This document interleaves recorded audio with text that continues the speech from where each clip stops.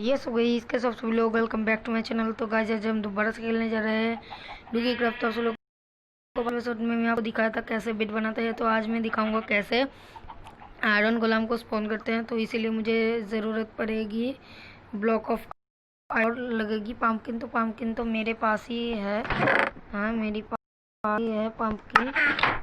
तो पम्पकिन को मुझे यहाँ पर बनानी है।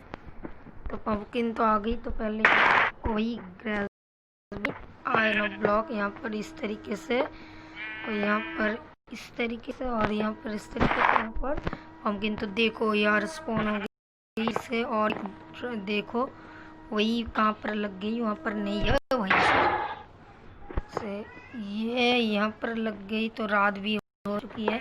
तो ऊपर अब ये वही देखो स्पॉन होगी। तो चलो गाइस रात के लिए बस इतना ही। तो आज का एपिसोड आपको अच्छी लगी हो तो फटाफट से लाइक कर देना। चैनल पर नहीं हो तो चैनल पर सब्सक्राइब कर बेल आइकन दबा देना।